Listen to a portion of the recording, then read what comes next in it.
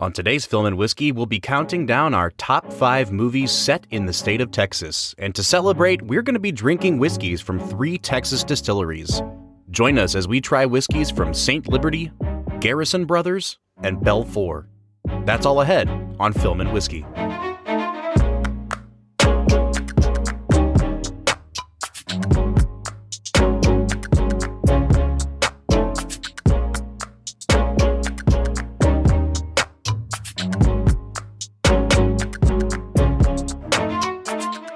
Hey everybody, welcome into the podcast. We are back with another special bonus episode. Today we are continuing our top 5 series. This is something we come back to intermittently, Brad, and I think it's a fun little exercise for us to do. It's also a fun exercise for me to determine how many movies you've seen, because you do have quite a few movies come back time and time again in your top 5, regardless of what the topic is. Listen, Bob, I don't think that this is a comment on how many movies I haven't seen. I think it's more of a comment on how many movies you have seen.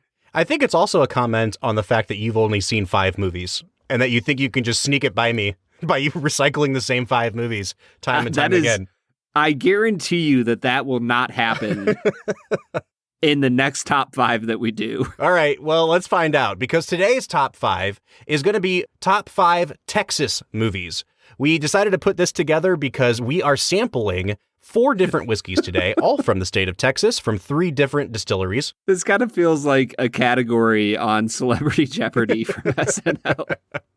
Movies set in Texas. Yeah, so with the name Texas in their title. So that's the thing, is like, what defines a Texas movie? And Brad and I actually talked about this for a while, because I thought that there would be a huge pool of movies about or set in Texas. And so, we were scrolling through lists on IMDb and everything else, and I think what we decided on was A, you want movies that you actually enjoy, right? So good movies. And B, Texas has to play at least some role in the movie. It can't just be incidentally set there.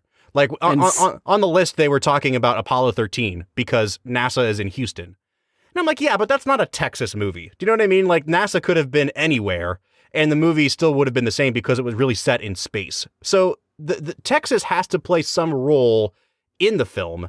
And Brad, I don't think it's a coincidence that we're doing this during the week of No Country for Old Men, which is a movie that I think we can both agree features the terrain and the state of Texas pretty prominently, almost as a character in the film.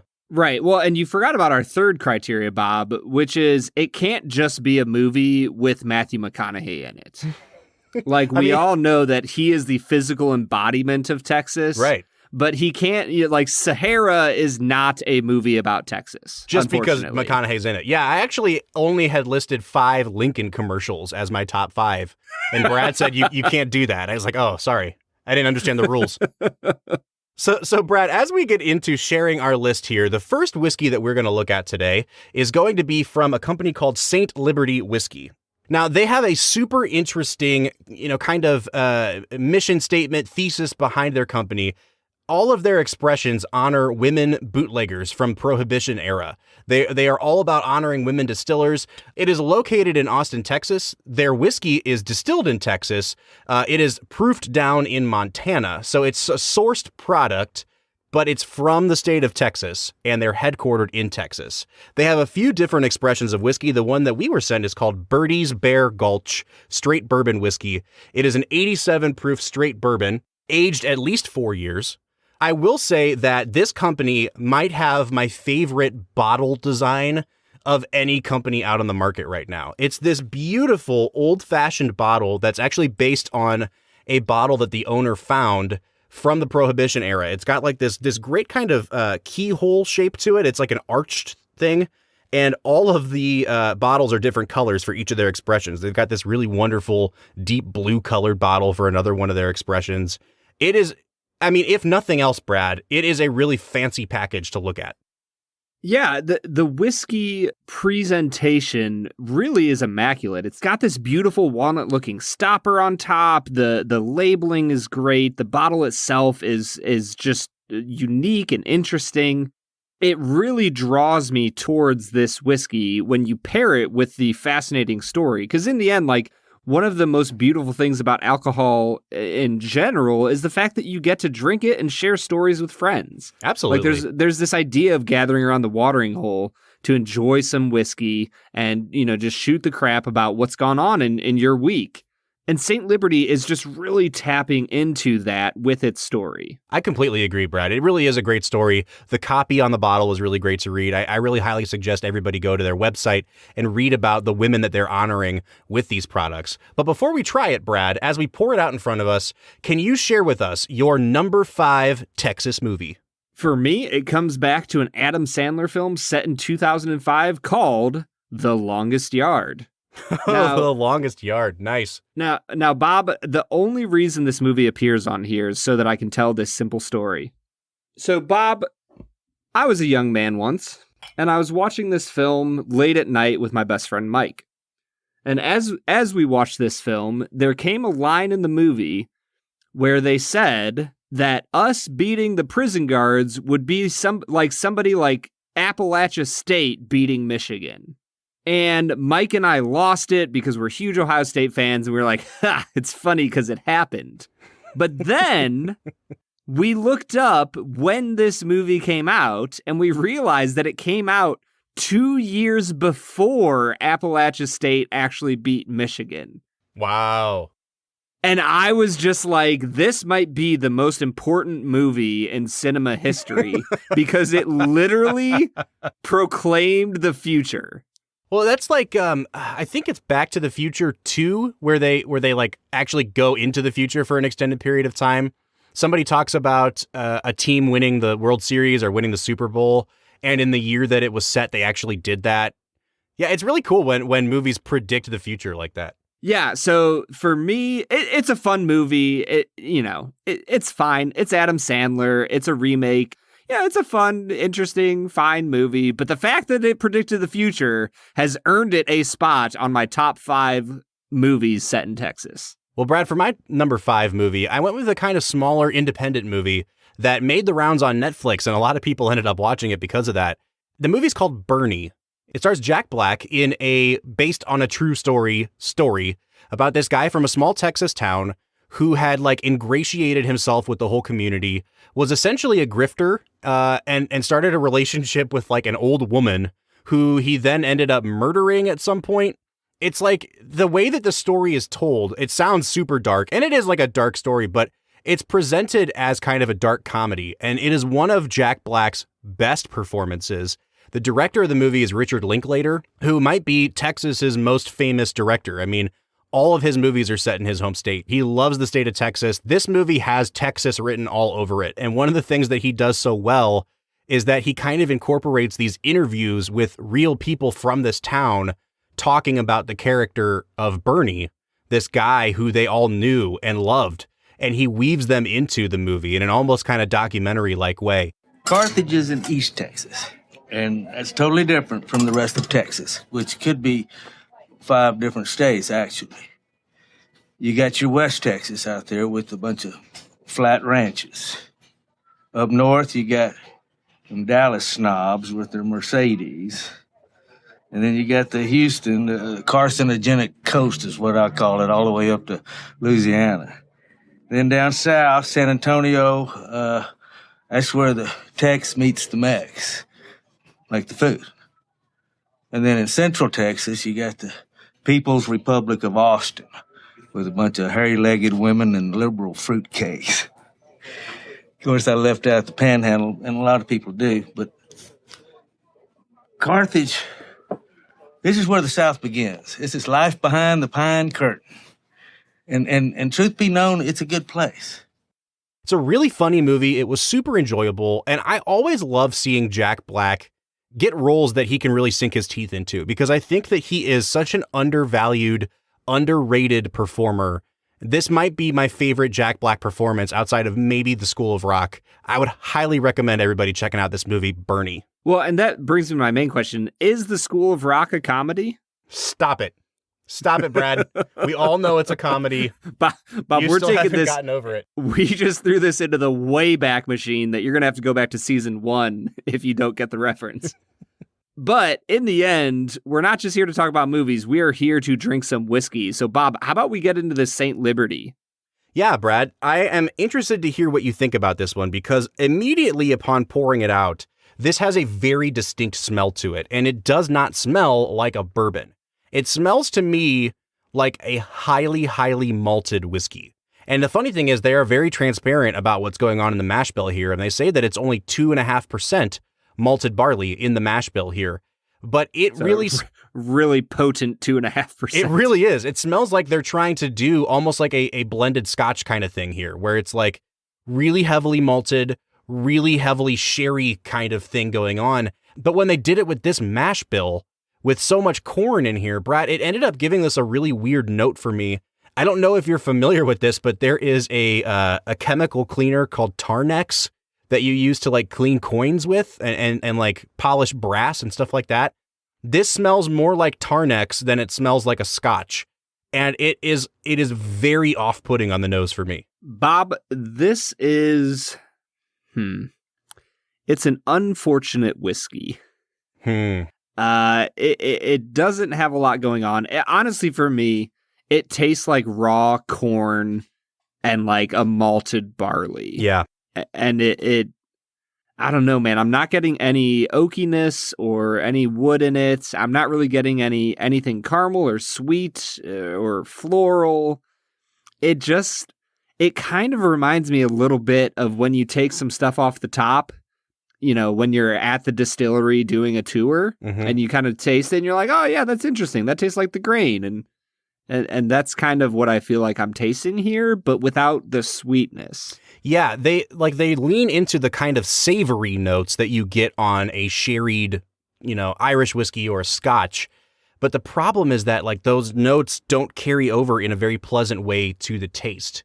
So this company is very, very new. It's really actually hard to find reviews of this product online. One that I would highly recommend is from one of our Instagram friends, the Right Spirit blog. They wrote a fantastic write-up about this product because they felt about as conflicted as we did, Brad. They really appreciated what the company's about, the transparency about how it's distilled, what the mash bill is, where they source it from. But they got these almost the same kind of notes we did. They talked about the raw, savory grain. They actually got a note of, and this is unfortunate, but on the nose they said wet cardboard. So like, guys, I'm struggling to find positive things to say about this whiskey, and I really, really want to. Part of me thinks that maybe if you try some of their other expressions, it might be good.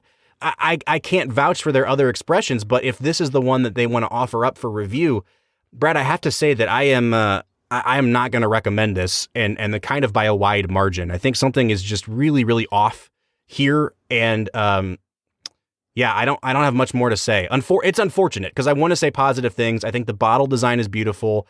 I think what the company stands for is great. The product itself is just not there for me. I think it might be time to move on to our number 4 movies, Bob. Yeah, man. All right, Brad. Well, I guess I will start with our number 4 movie then. I'm going to go with the 2016 movie Nocturnal Animals. Now, this was a movie that came out right in the heart of Oscar season. It was directed by Tom Ford, who is most well known for being a huge fashion designer, who directed one movie prior to this, which was a huge Oscar-y type movie. This movie was positioning itself to be something big, and then kind of just got overlooked. And I thought that it was such a fantastic movie. It was really, really gritty and almost like No Country for Old Men in that way, where the sort of rugged, rough terrain of Texas becomes a character in the film. It's all about this guy played by Jake Gyllenhaal and his estranged wife played by Amy Adams. And she finds out that he is writing a novel about basically their relationship as a metaphor for their relationship. And the novel is incredibly violent, and he is, you know, his character in the movie is basically like tracking her down to kill her. It is a thriller. It is psychological. I think the ending of the film is fantastic. If you have not checked out Nocturnal Animals, I think it is absolutely worth a watch, and it definitely fits in here with our Texas theme. Bob, all you had to do was say Amy Adams, and I'm in. Yeah, man. And Jake Gyllenhaal. I feel the same way about both of them. Yeah, Jake's fine and all, but Amy Adams, I'm in. Let's do it. Ready to watch it. Let's do it. All right. What's your number 4, Brad? My number 4 might be the greatest movie of all time. It is a little just great little film called The Big Green. The Big Green? The Big Green. Well, Brad, I really have never even heard of this movie before. Ha! And you say I haven't seen enough movies. Yeah, I stand corrected. Was this like a Disney Channel movie that you snuck in here? It was not on Disney Channel. It was directed by Holly Goldberg Sloan. Oh, of course. Written by Holly Goldberg Sloan. Holly. It stars Steve Guttenberg, Olivia d'Abo, J.O. Sanders, my favorite character, Patrick Renna. This is a classic tale of love and loss. It's pretty much the soccer version of Little Giants and Sandlot. Oh, okay. So it's a kid's sports movie is what I'm hearing. Yeah. Like the little redhead catcher that's kind of chubby from Sandlot is a little redheaded chubby goalie in this movie. Oh, yeah. And he's pretty much the exact same character.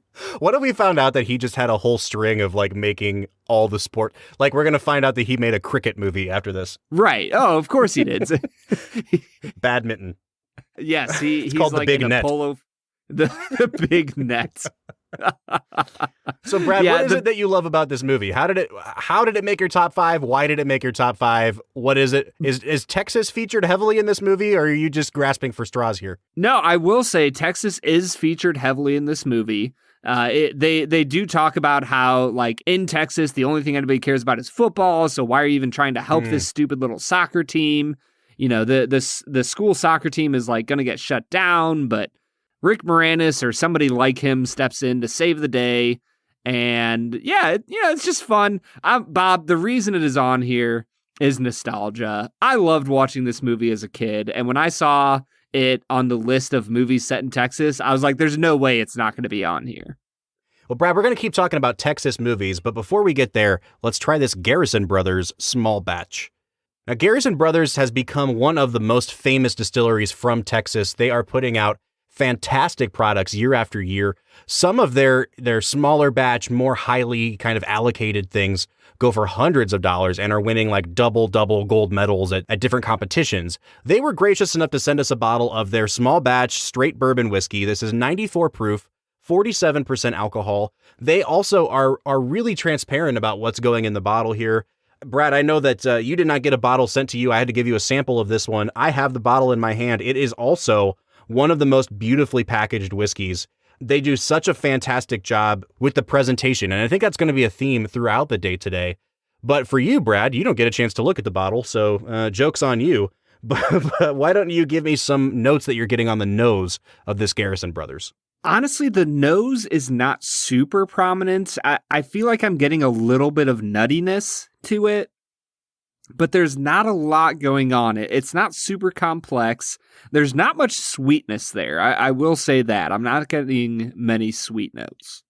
Yeah, Brad, the funny thing about this is that they say right on the label that this is at least 3 years old, but it smells very young to me, and it smells really, really corn forward. Like it smells like raw corn grain. We had a bonus episode a few months ago, Brad, where we tried the Nose Your Bourbon kits, and one of the ingredients they put in there is just raw corn grain. And this smells just like that. I mean, it is maybe a little bit of wheat as well. I don't have the mash bill in front of me, but I get a lot of young raw grain on this, and it smells a lot younger than it should given the age statement. Yeah, and when I get into the flavor on this, it's not great.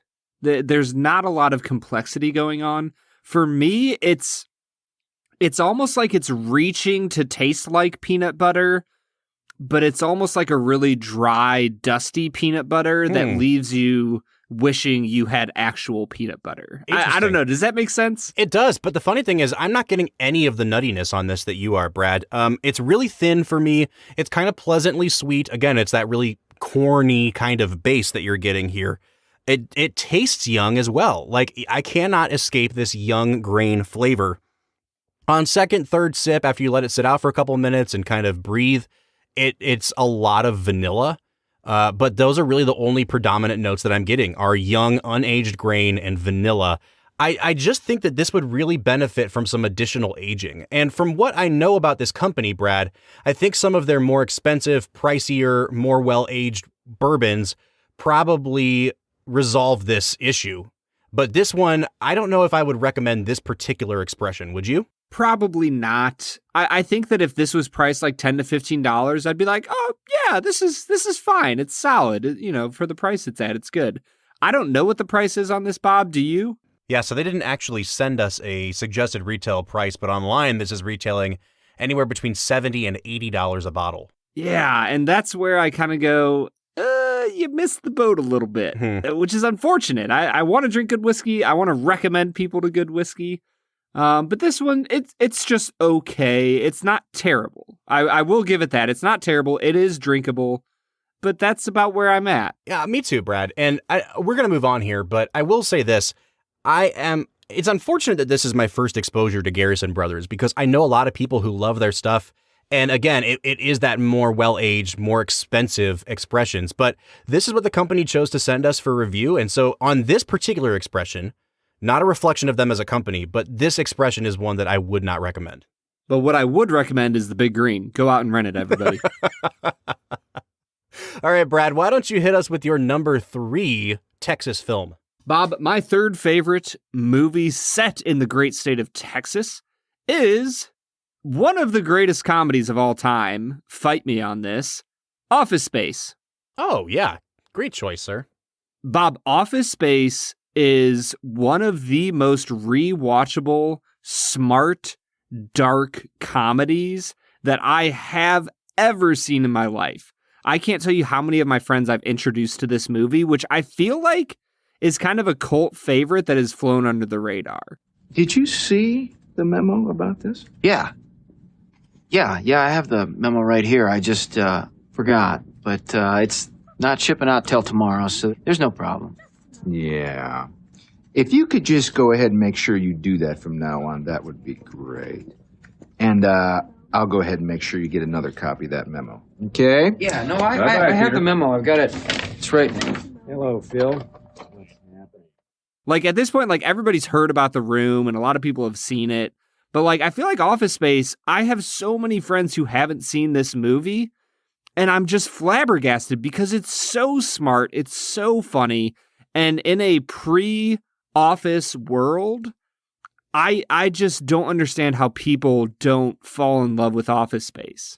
I will say, Brad, I think that movie is a victim of the studio again, not making it more available. Like, we live in an age now where everyone is subscribing to streaming platforms, and I don't understand why companies continue to be so stingy with their IP, because I think that the goal for these companies should be get these movies in front of as many eyes as possible. We talked about this with Spinal Tap. Why is Spinal Tap not streaming anywhere? Why do we have to rent it? And I think Office Space is the same way. I've seen it go in and out of Netflix a couple times. I don't think it's streaming anywhere right now. It might be, but I'm not aware of it. And it's kind of like you are, by being this stingy with your movie, I think this is a 20th Century Fox movie, by being this stingy with it, you are keeping future generations from falling in love with this movie. It's like, if you want to keep making money off of it, why wouldn't you cut a deal with Netflix to get this out there? It just doesn't make sense to me. Yeah, because it's just great. Like, would you put this up there in one of your favorite comedies of all time? I'd probably have to watch it again, Brad. It's probably been 15 years since I've seen this movie. I really enjoyed it. And a lot of people quote the, that'd be great and my stapler scene. Like, so I remember a lot of the movie. I know it's really funny. It has some iconic moments to it. I would need to watch it again, and I would be interested in doing so if they'd put the freaking movie on streaming platforms. Well, next time you see it on Netflix, jump on it, because it's one of the funniest movies of all time. I would put it up there with like Spinal Tap as far as just dry, sarcastic, impeccable humor. Well, Brad, we are taking a hard left turn into my number 3 movie, and it's a movie that we are both familiar with. I'm talking about Terence Malik's The Tree of Life. Let's go, oh, dude. Man, this is a movie funniest movie I've ever seen. A real knee slapper, that one. Brad, this is a movie that to this day I am still shocked you enjoyed, because I cannot grasp, of all the movies that I thought you'd absolutely loathe, this was like number 1 on the list. Goodfellas, garbage. Eternal Sunshine, worthless. Tree of Life, 9.5 out of 10. Primo.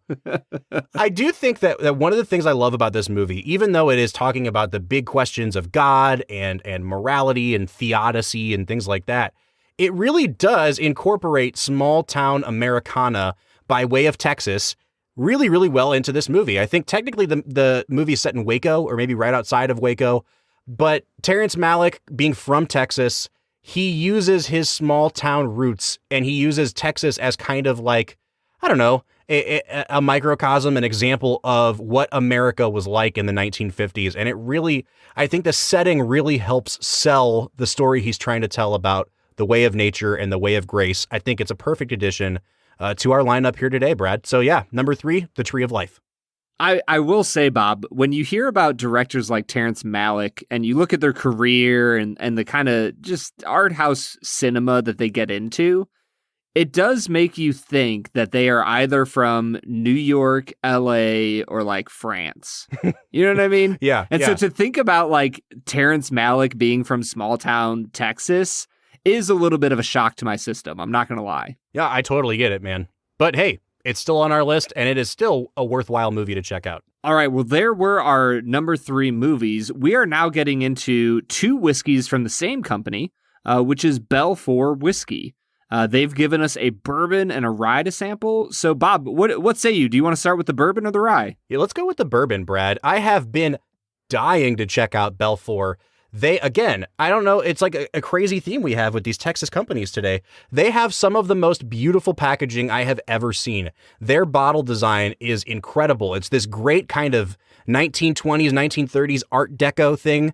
Brad, you really should look up the bottle design because, again, I think this is one of those ones that we only got one bottle. And so you have samples. You got the short end of the straw again on this one.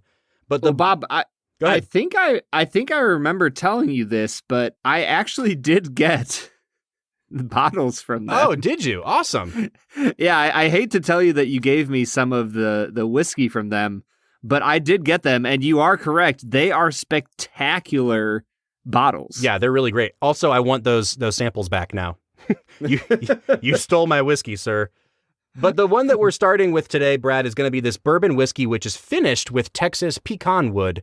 It is 46% alcohol by volume or 92 proof.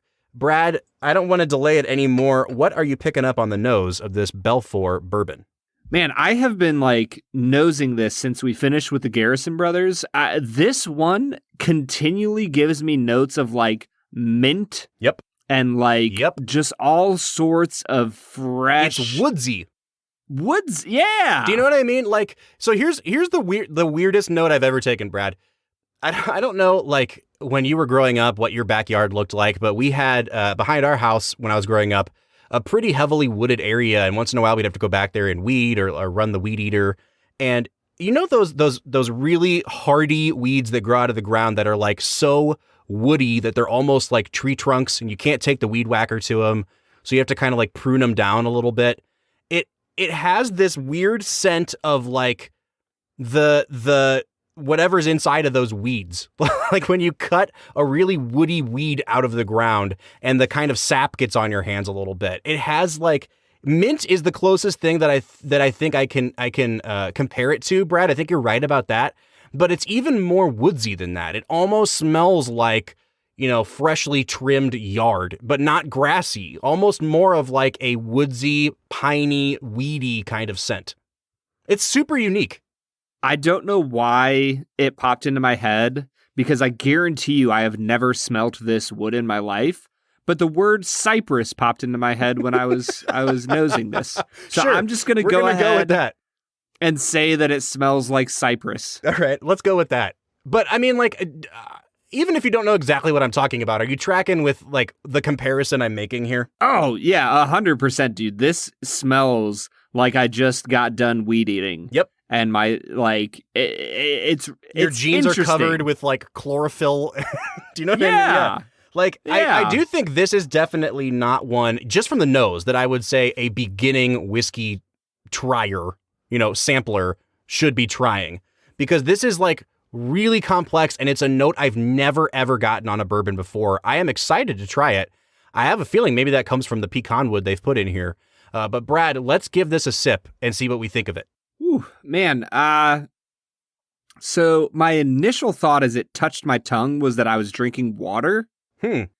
I don't know if you got zero taste on the tip of your tongue like I did, but as it hit the back of my throat, I felt like the palate kind of came alive. I got all of that weedy, minty freshness, and it was really, really nice. But the upfront flavor was almost non-existent. Yeah, I will say this has like the biggest burst of flavor of any of the three we've tried so far. I don't know if I would call this one particularly well balanced, but I will say that everything that was on the nose was there in the flavor for me. This is a very herbal, plant forward kind of taste, and it's incredibly peppery. I like it a lot. But Brad, I think I will say again, I don't know if this is a whiskey that I would recommend to someone who's just getting into whiskey. This is like a very unique detour from your standard bourbon flavor profile. And so like if you're a fan of drinking bourbon, if you drink bourbon a lot, I would actually highly recommend trying this because it is so different and so unique. But I would caution someone who's like just getting into whiskey that this may not be the one for you right up front.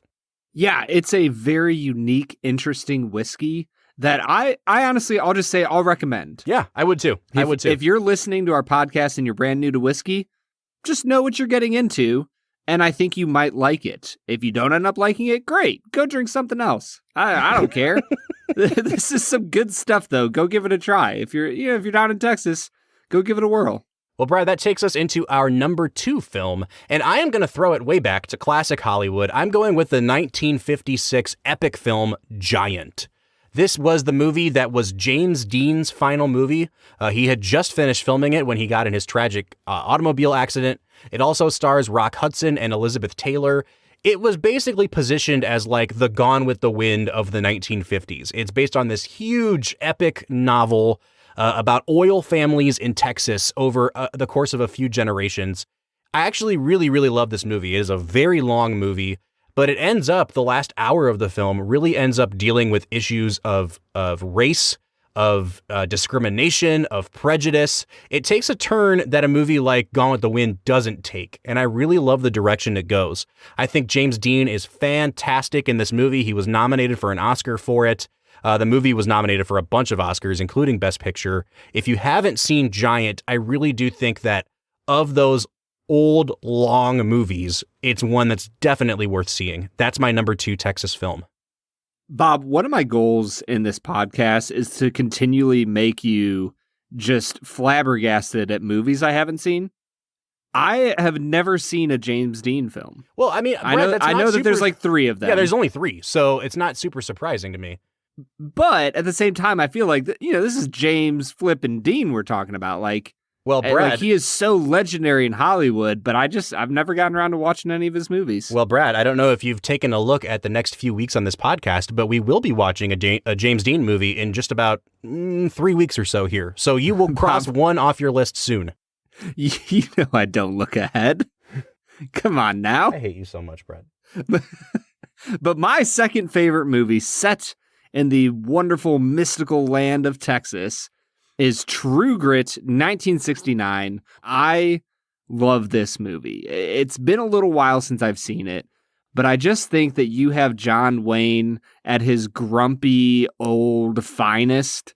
You have Glenn Campbell just being at the height of innocence and like desire to prove himself out in the wild. I think Kim Darby just gives a stunning performance. Yeah. Are you gonna let him do this? I don't believe I will. Drop that switch, LaBeef. Put it down, I said. You're enjoying it too much. You'll find that I go ahead with what I start. You do, and it'll be the biggest mistake you ever made, you Texas brush popper. I really, really love the original True Grit, and it easily jumped near the top of my list when I was thinking about movies set in Texas. Brad, this is not the first time you've mentioned True Grit. I remember you talking about it with at least a couple of our guests on our My Favorite Movie podcasts where we've talked about Westerns before.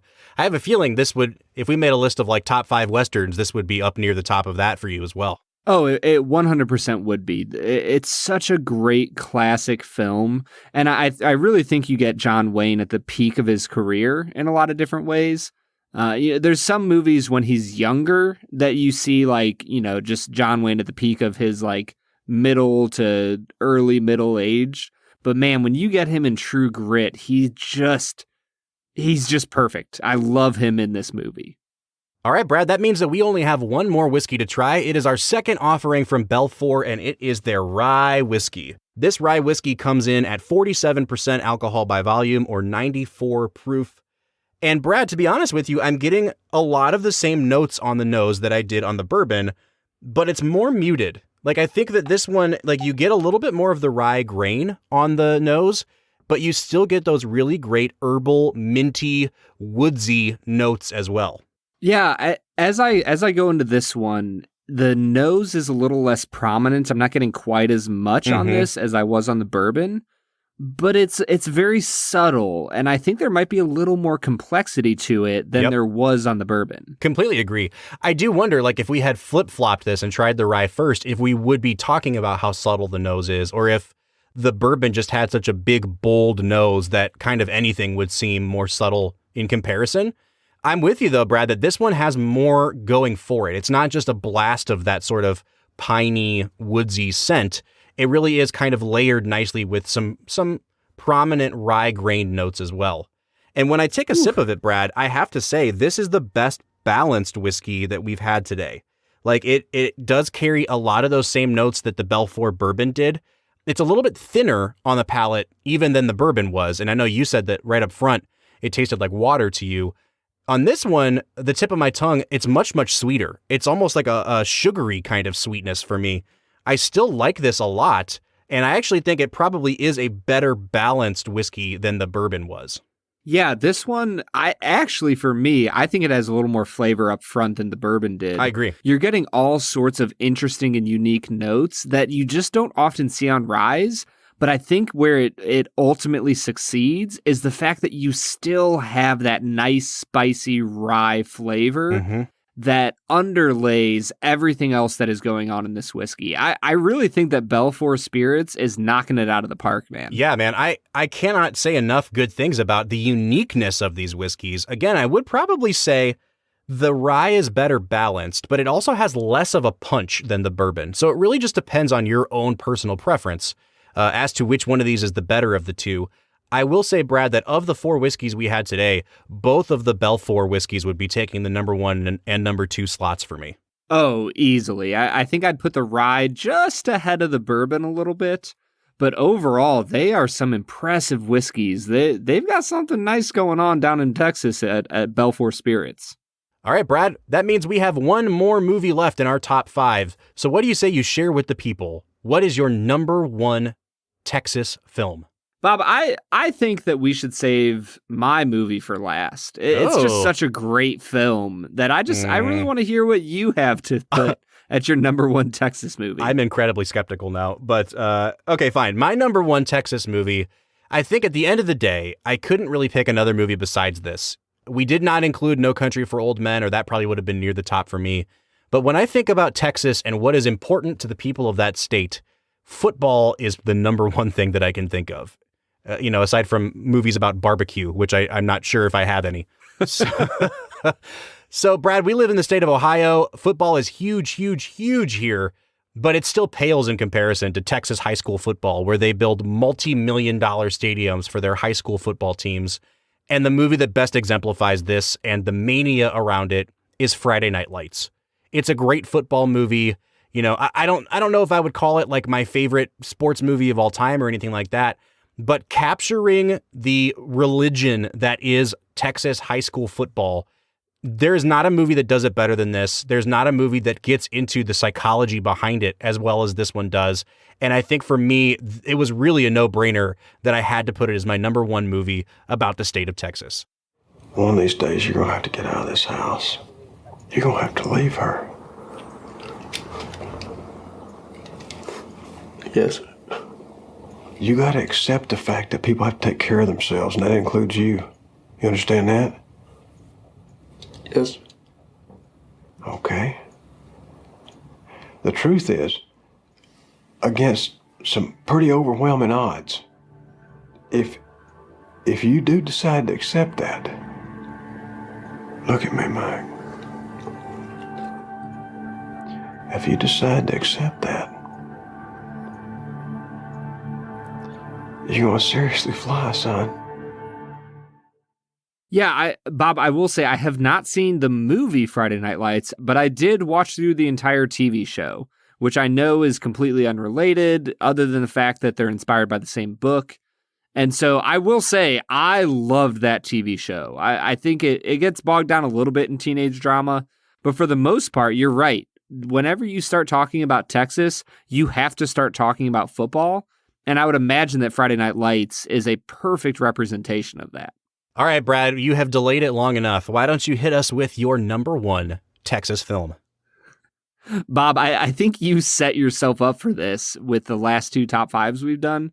But my favorite movie set in Texas is Secondhand Lions. Oh, my gosh.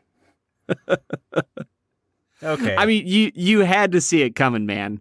This is one of my absolute favorite movies of all time. I don't care that it's not a perfect movie. I just think that the performances you get are just amazing from all of the actors involved. I love the stories that are being told. I love that youthful innocence that you have. It's just such a great movie on so many different levels. And as soon as you started talking about Texas, I was like, oh, Secondhand Lions. It's in there. We're good to go. So here's what I'll say, Brad. We can all have our favorite films. We can all have movies that, just like you said, you acknowledge that is it the greatest movie ever made? No, it's not. And I will second you on that. It's fine. It's a good movie. I know that you love the movie. You got to stop using it in your top five, man. I think you just made it number one for coming of age films like a month ago, dude.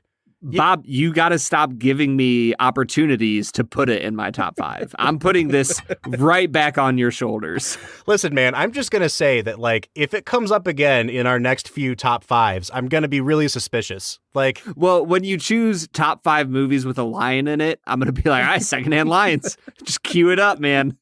I'm just going to start giving you ones that just completely, there's no way that you can use it. And I still have a feeling that you will try to sneak it in there. Top five movies with an all-female cast. And you're somehow going to sneak in Secondhand Lions. Secondhand Lions. Dude, I really do love this movie. There's a lot of nostalgia there for me. I think it's funny. I think it's witty. I think it's smart. But yeah, that's it for me, man. Texas, Secondhand Lions. Let's go, dude. Well, we want to say thank you to all three companies that sent us whiskey today: St. Liberty Whiskey, Garrison Brothers, and Belfour Spirits. And we want to say thank you to listening for our top 5 movies about the state of Texas. If you have a movie that you'd like to write in about, it could be one that we didn't even touch on. Brad, I mean, Texas is a huge setting for horror movies. I'm sure someone out there has been waiting for us to talk about the Texas Chainsaw Massacre. So if you have a film that you think should have been included but was not, please take time to write us. You can find us on social media on Facebook, Twitter, or Instagram at Film Whiskey. Or you can give us a phone call. Our phone number is 216-800-5923. Once again, that number is 216-800-5923. Or you can leave us a voicemail on our anchor.fm/filmwhiskey webpage. We will be back with another regularly scheduled episode on Monday, but until then, I'm Bob Book. I'm Brad G. And we'll see you next time.